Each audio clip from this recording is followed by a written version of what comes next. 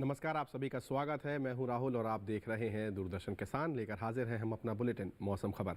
आज हम तमाम पहलुओं पर चर्चा करेंगे, जिसमें बदलते मौसम की बात होगी, वायु की गुणवत्ता, पर्यटक स्थलों का हाल, तमाम पहलुओं की चर्चा होगी। शुरुआत करते हैं 5 बड़ी खबरों के साथ।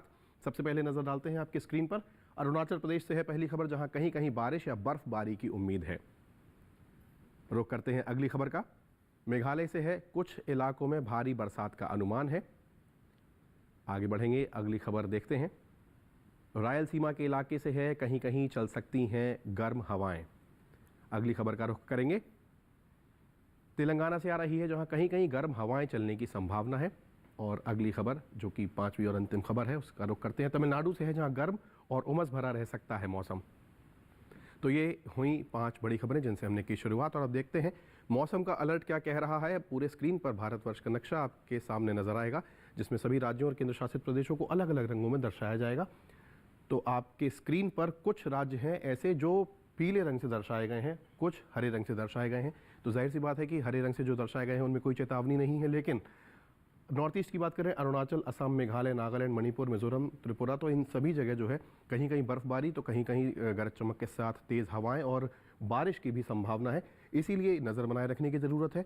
और यदि हम दक्षिण भारत के राज्यों की बात करें, जिसमें तेलंगाना है, तटीय आंध्र प्रदेश है, रायलसीमा है, तो यहाँ पर बहुत ज़्यादा गर्म हवाएं चलने की संभावना है और बहुत कहीं कहीं उमस भरा जो है मौसम भी रह सकता है। इसी वजह से मध्य महाराष्ट्र की बात करें तो यहाँ पर भी उमस बढ़ सकती है और गर्म हवाएं चलने की संभावना है गरज चमक के साथ। तो ये मौसम का परिवर्तन है, इसी वजह से इन राज्यों में नज़र बनाए रखने की ज़रूरत है। ये पीले रंग से दर्शाए गए हैं। बाकी भारतवर्ष का जो नक्शा आपके सामने है उसमें कोई चेतावनी नहीं है, वहाँ पर सामान्य मौसम रहने की संभावना है। तो आप इन सब बातों का विशेष ध्यान रखें और जो एडवाइजरी है उसे फॉलो करें। अब देखते हैं टूरिस्ट फोरकास्ट यानी मौसम का पूर्वानुमान क्या कह रहा है। मौसम के पूर्वानुमान में शुरुआत करेंगे हम उत्तरी राज्यों से। गिलगित, लद्दाख, लेह, श्रीनगर, जम्मू कश्मीर की बात करें तो इन इलाकों में कहीं कहीं बारिश की संभावना है। जबकि हिमाचल, पंजाब, उत्तराखंड, हरियाणा और उत्तर प्रदेश, समूचा उत्तर प्रदेश की बात करें तो इन राज्यों में फिलहाल बारिश की कोई संभावना नज़र नहीं आ रही है। इस प्रकार का ये मौसम का पूर्वानुमान है। अगले 48 घंटों की हम यहाँ पर बात करें तो इन राज्यों में ये जो है मौसम की स्थिति रह सकती है, जो आपके सामने इस समय स्क्रीन पर आप देख रहे हैं। अब रुक करते हैं, सबसे पहले बात करें अरुणाचल की। तो यहाँ पर देखें आप, अधिकतर जगह बारिश की संभावना है पूरे अरुणाचल प्रदेश में। वहीं हम बात करें नागालैंड, मणिपुर, मिजोरम, त्रिपुरा की, तो कई जगह बरसात की संभावना है। जबकि असम और मेघालय में अनेक जगह बारिश हो सकती है। जबकि उपहिमालय, पश्चिम बंगाल और सिक्किम में कहीं कहीं बारिश की संभावना है। इसके अलावा बाकी राज्यों में कोई बारिश की संभावना नहीं है। अंडमान निकोबार की बात करें, तमिलनाडु और केरल की बात करें, पुडुचेरी के इलाके की बात करें तो कहीं कहीं बारिश की संभावना है। जबकि आंध्र प्रदेश की बात करें, रायलसीमा, दक्षिणी कर्नाटका और उत्तरी कर्नाटका, तेलंगाना और कर्नाटका जो तटीय है उसकी बात करें तो यहाँ पर बारिश की फिलहाल कोई संभावना नज़र नहीं आ रही है। इस प्रकार का मौसम का पूर्वानुमान इन दक्षिणी राज्यों का। मध्य भारत में कहीं भी बारिश की संभावना नहीं है। तो इससे आप ये अंदाज़ा लगा सकते हैं कि यहाँ पर सामान्य मौसम रहने वाला है। लेकिन पारा चूंकि चढ़ रहा है तो गर्मी बढ़ने का अंदेशा यहाँ पर रहने वाला है। मध्य प्रदेश की बात करें, राजस्थान, छत्तीसगढ़, विदर्भ, मराठवाड़ा, इन सभी इलाकों में बारिश की फिलहाल कोई संभावना नज़र नहीं आ रही है। तो यहाँ पर सामान्य मौसम कहा जा सकता है। आप देखते हैं कि मौसम की चाल क्या रही है पिछले 24 घंटे में। बात करें गिलगित, हिमाचल प्रदेश, लद्दाख की बात करें, उत्तराखंड की बात करें तो कहीं कहीं जो है जो हल्की बर्फबारी और बारिश यहाँ पर जो है दर्ज की गई है। हरियाणा में भी कुछ इलाकों में, पंजाब के कुछ इलाकों में, वहीं कहीं पश्चिमी राजस्थान के भी कुछ कई इलाकों में पिछले 24 घंटे में बारिश दर्ज की गई है। तो इस प्रकार से मौसम में परिवर्तन आप देख सकते हैं। उत्तरी राज्यों में कहीं कहीं बर्फबारी भी हुई है। इस वजह से यहाँ पर इस प्रकार की मौसम की चाल रही है। अब हम बात करें अरुणाचल प्रदेश, असम, मेघालय और उपहिमालय पश्चिम बंगाल, सिक्किम की, बिहार के कुछ इलाके, झारखंड, ओडिशा, गांगे पश्चिम बंगाल, इन सभी जगह भी पिछले 24 घंटे में कहीं कहीं बारिश दर्ज की गई है।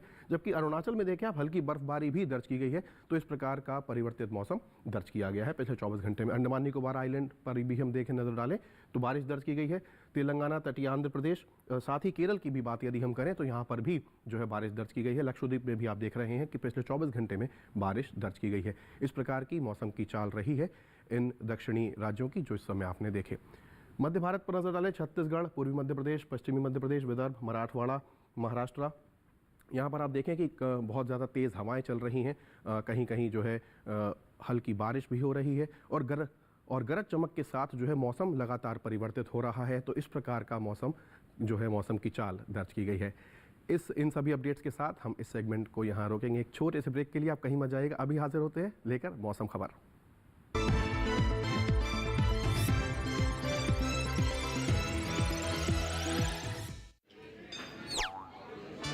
अरे रे, सावधानी हटी तो जेब कट। ना, मेरी ईमेल आईडी और मोबाइल नंबर है बैंक में रजिस्टर्ड। तो डिजिटल पेमेंट में धोखा हुआ कभी तो अलर्ट्स मिलेंगे तभी के तभी। पर पैसे तो गए। नहीं, पैसे नहीं गए। नहीं जो की लापरवाही तो नहीं करनी पड़ेगी भरपाई। और सुनिए, समय से जो की शिकायत मिलेंगे आपको रिफंड सही सलामत।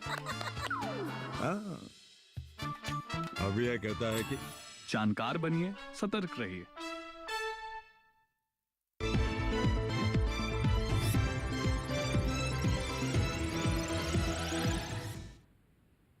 ब्रेक के बाद आप सभी का एक बार पुनः स्वागत है। आगे बढ़ेंगे हम और अब बात करते हैं तापमान के हाल की।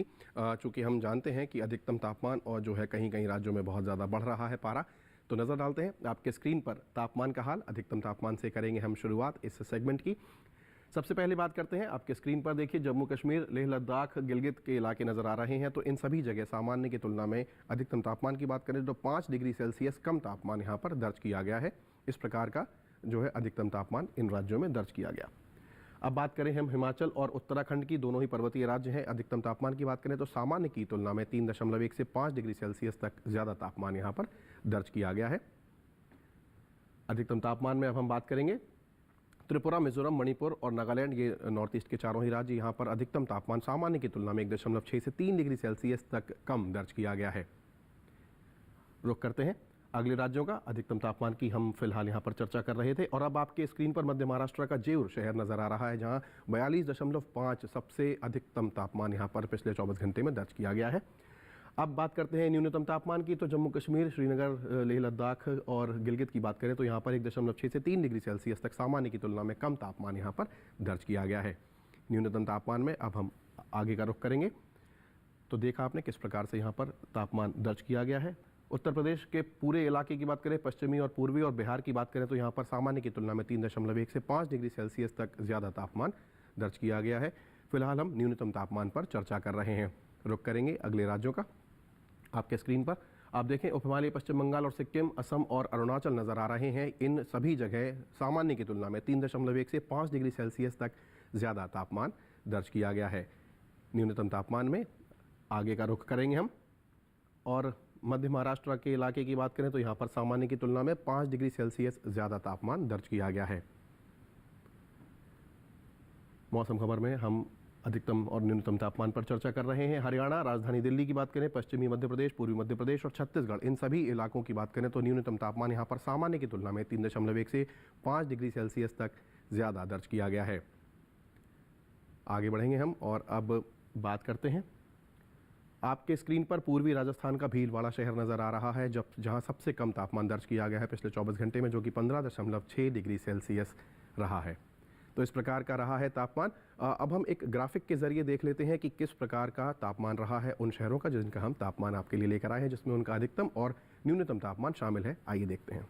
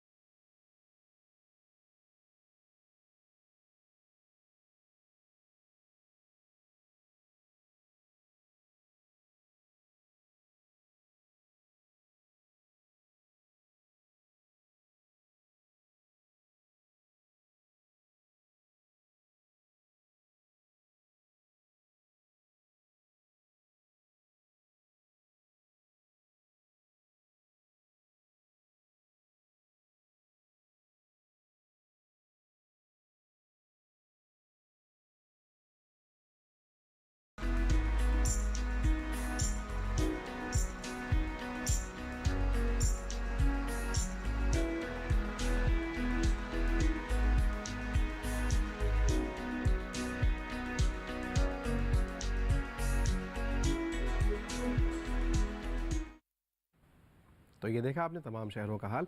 यहाँ पर हम रुकेंगे एक छोटे से ब्रेक के लिए, लेकिन आप कहीं मत जाइएगा। अभी हाजिर होते हैं थोड़ी ही देर में दूरदर्शन किसान पर।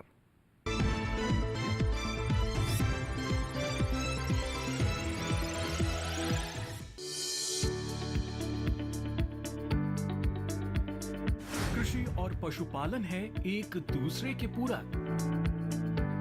घर आंगन से लेकर व्यावसायिक फार्म तक, मुर्गी पालन से लेकर रेगिस्तान के जहाज तक। बीमारियों से अब पशुपालक ना हो परेशान। विशेषज्ञ करेंगे आपकी समस्या का समाधान। जुड़िए हमसे, पूछिए अपने सवाल। ईमेल के जरिए भी आप हमारे साथ जुड़ सकते हैं। हमारी ईमेल आईडी है ddkisanapc@gmail.com। हमारे टोल फ्री नंबर हैं 1800-113060 और 1800-113061। देखिए अपना पशु चिकित्सक हर रविवार शाम 6:30 बजे दूरदर्शन किसान चैनल पर।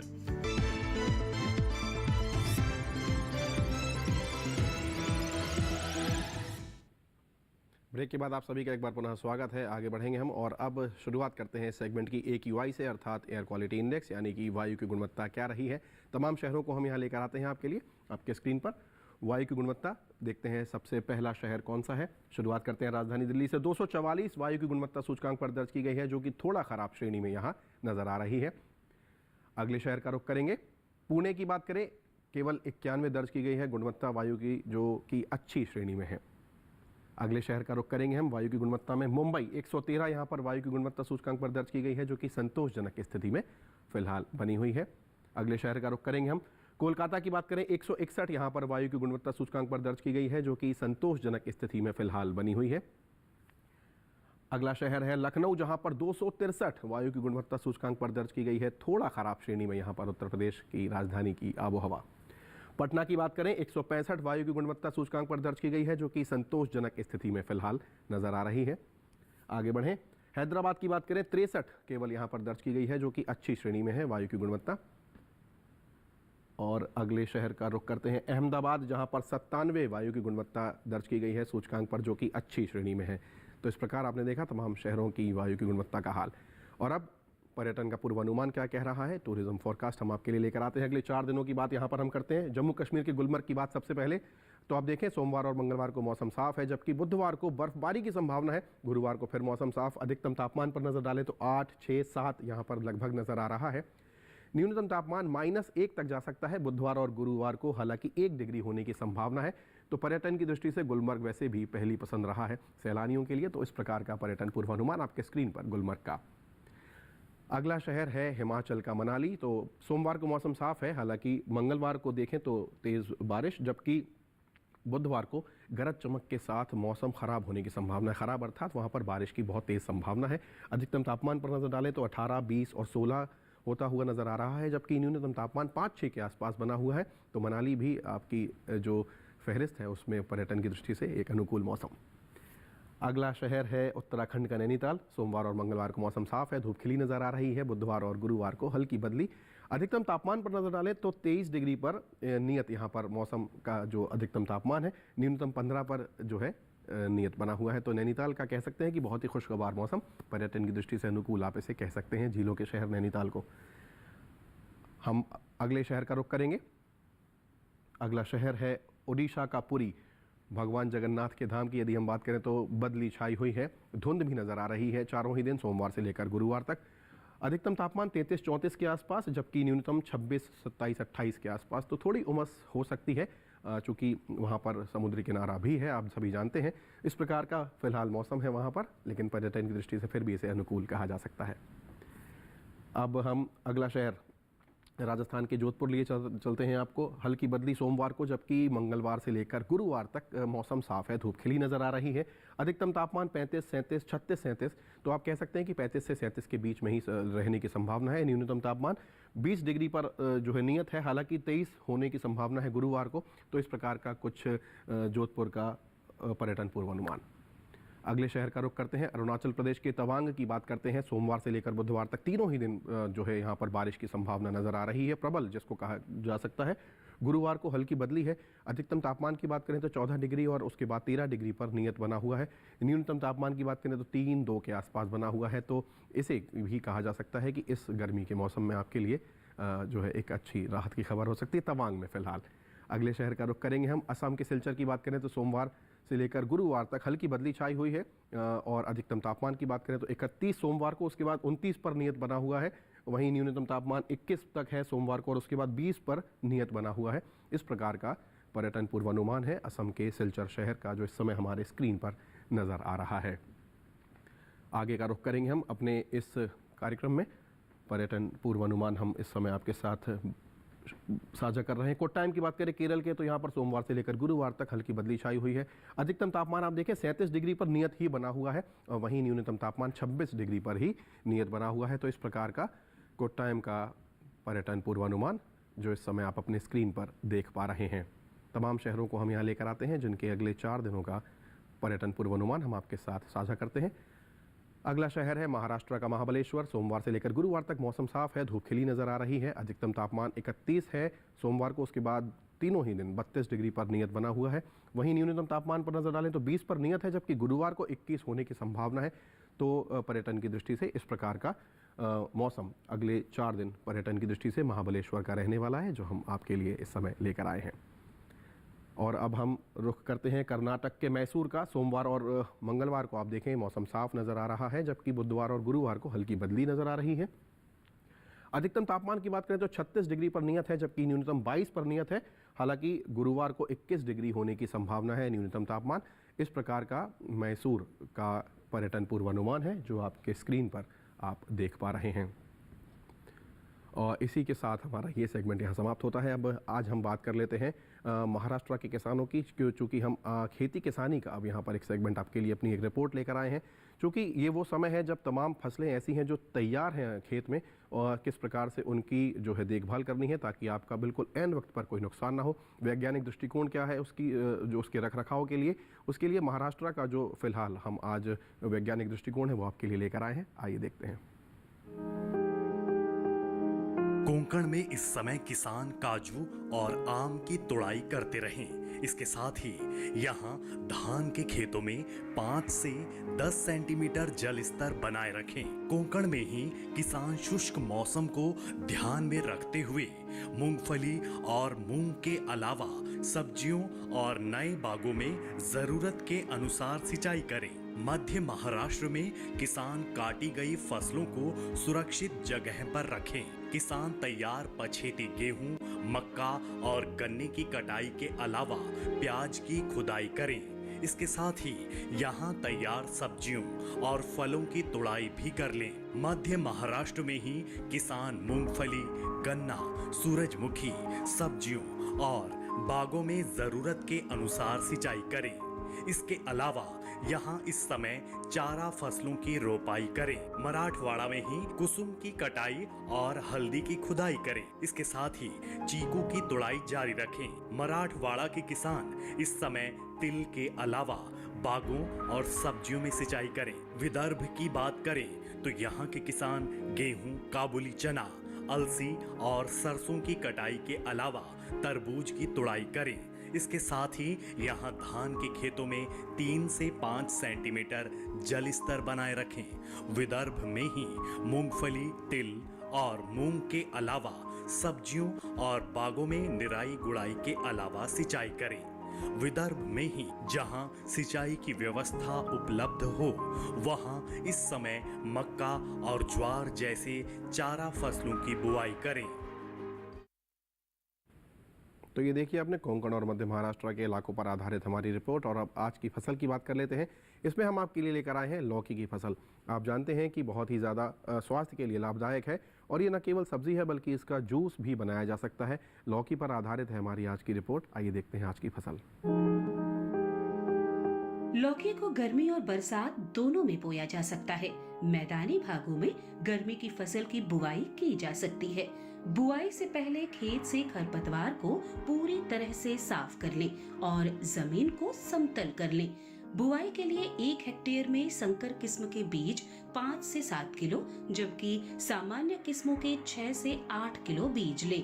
1 हेक्टेयर में 100 किलो नाइट्रोजन, 50 किलो फास्फोरस और 60 किलो पोटाश की जरूरत होती है। सभी उर्वरक आधार खुराक के रूप में यानी बोते समय ही दें। बात अगर सिंचाई की करें तो शुरुआत में फसल की जरूरत के हिसाब से और फूल आने पर 5वें दिन पानी देते रहें। वहीं फसल को खरपतवार से दूर रखने के लिए 2 बार निराई गुड़ाई करें। करीब हर 10-12 दिनों में खरपतवार हटाते रहें। लौकी की बेल काफी लंबी होती है, इसकी खासियत ये है कि आप कम जगह में भी इसकी खेती कर सकते हैं। कीड़े और सड़न से बचाने के लिए बेलों को तार की बाड़ या लकड़ी के मचान पर फैला दें। इससे न सिर्फ बीमारियों से बचाव होगा बल्कि पैदावार भी बढ़ेगी।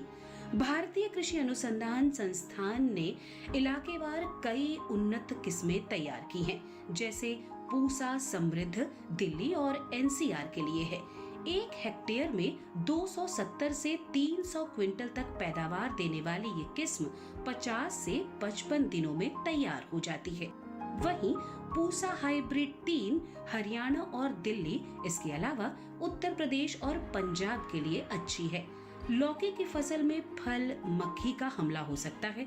इससे बचाव के लिए विशेषज्ञों की सलाह पर उचित दवाओं का छिड़काव करें। दवा का छिड़काव सिर्फ उसी जगह पर करें जहां फल मक्खी का प्रकोप ज्यादा हो। छिड़काव मौसम साफ रहने पर करें। पत्तियां गीली नहीं होनी चाहिए, वरना दवा असर नहीं करेगी। जरूरत के हिसाब से दवा की मात्रा घटा या बढ़ा सकते हैं। तो ये देखिए आपने लौकी पर आधारित हमारी एक संक्षिप्त रिपोर्ट। इसी के साथ मौसम खबर में आज के लिए फ़िलहाल इतना ही। आप हमारे सभी कार्यक्रम जो है यूट्यूब पर भी देख सकते हैं। डीडी किसान चैनल है, आपके स्क्रीन पर इस समय एक QR कोड नज़र आ रहा है। इसे आप सरलता से स्कैन करें और हमारा आज का ये कार्यक्रम डीडी किसान चैनल पर यूट्यूब पर भी आप देख सकते हैं। फ़िलहाल आज के लिए इतना ही। मुझे और मेरी पूरी टीम को दीजिए इजाज़त। नमस्कार।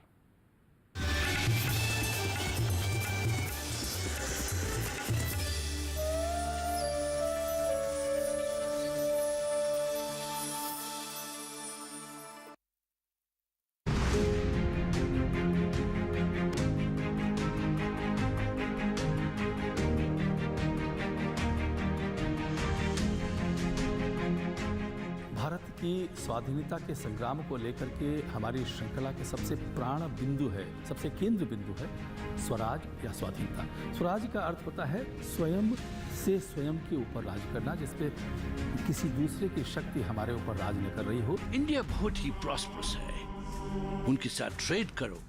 हमारा किंग का ये ऑर्डर है कि जो भी तुम्हारे इस महान यात्रा पे हर्डल करे उसको पनिश किया जाए।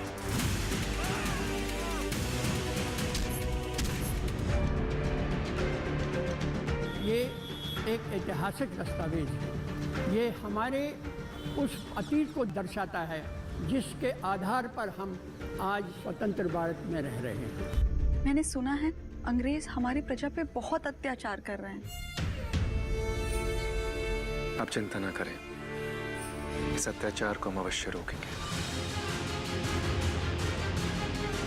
1741 में मार्तंड वर्मा ने, जो ट्रावंकोर के थे, वो कोलाचल का जो प्रसिद्ध युद्ध हुआ था, उसमें डच ईस्ट इंडिया कंपनी को किस प्रकार से पराजित किया था, कितनी योजना बनाई थी। वो बहुत ही खतरनाक है महाराज। ऐसे पहले कि वो आपके लिए खतरा बन जाए, हमें प्रथम वर्मा को खत्म करना होगा। वचन दो मुझे कि इन डच्चों का तुम वो हासिल करोगे ये त्रावणकोर की सीमाएं छोड़कर ही नहीं बल्कि भारतवर्ष की सीमाओं से भी हमेशा हमेशा के लिए लुप्त हो जाएंगे। जीत या हार के लिए नहीं, हम अपने अस्तित्व के लिए लड़ेंगे।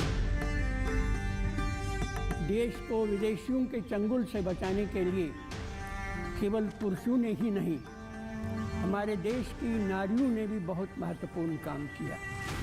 इस सिलसिले में अगर कोई एक नाम लिया जाए तो रानी अब्बक्का का।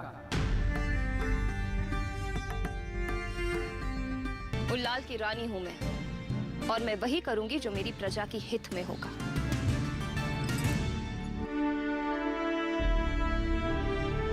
तो इस प्रकार का जो इतिहास है, जिनको हम अनकही कहानियां कहते हैं, ऐसी कहानियों को लेकर के ये श्रृंखला लोगों के तक पहुंचाना चाहती है, भारतीय स्वत्व की, स्वाधीनता की और स्वराज के इतिहास की। देखिए स्वराज प्रत्येक रविवार प्रातः 9 बजे, पुनः प्रसारण रात 9 बजे, सिर्फ डीडी नेशनल पर। देश का पहला चैनल, देश का अपना चैनल।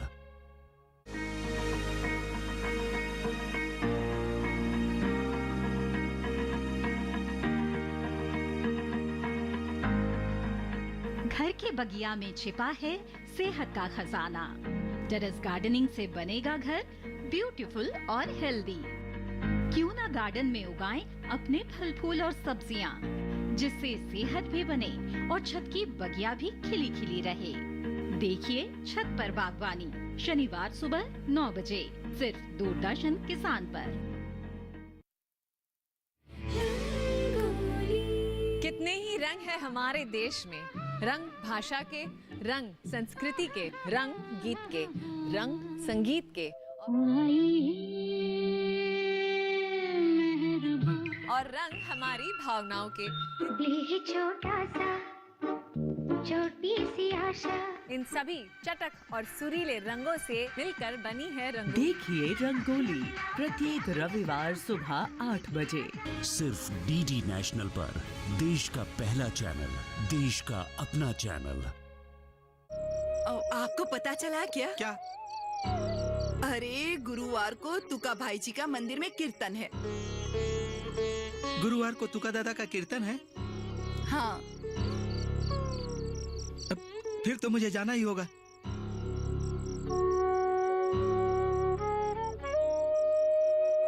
हाँ, लेकिन गुरुवार को तो मुझे चाकण में एक जरूरी काम है। मैं कैसे जा सकता हूँ? अरे पर आपको तो दोपहर में काम है ना, और वो क्या जिंदगी भर चलने वाला है? भरी दोपहर में कीर्तन करेंगे? अरे वो तो रात को ही होने वाला है। हाँ, फिर तो मैं जरूर जा सकता हूँ। देखिए संत तुकाराम शाम 5:30 बजे, पुनः प्रसारण सुबह 9 बजे सिर्फ डीडी नेशनल पर, देश का पहला चैनल, देश का अपना चैनल। लो आ गए हैं हम आपसे मिलने।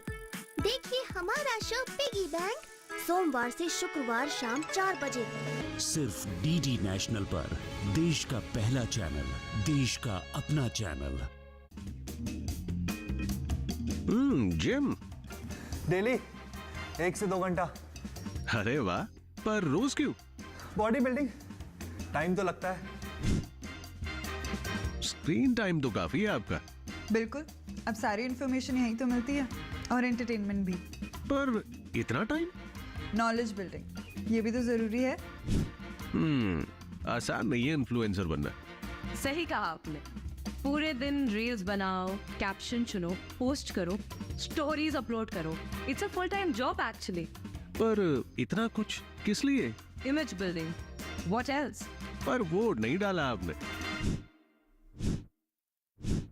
वोट क्या फायदा? नेशन बिल्डिंग, और हाँ, इसमें इतना टाइम भी नहीं लगता।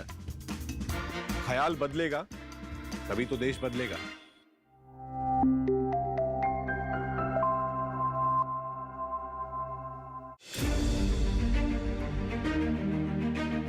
सरकार की प्राथमिकता का केंद्र कृषि।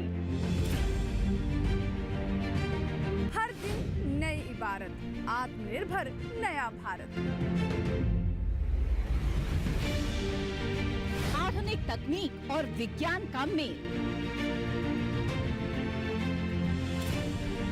किसानों की मेहनत है ये, नहीं है कोई आसान खेल। बीज से बाजार तक, अन्नदाता से खरीदार तक।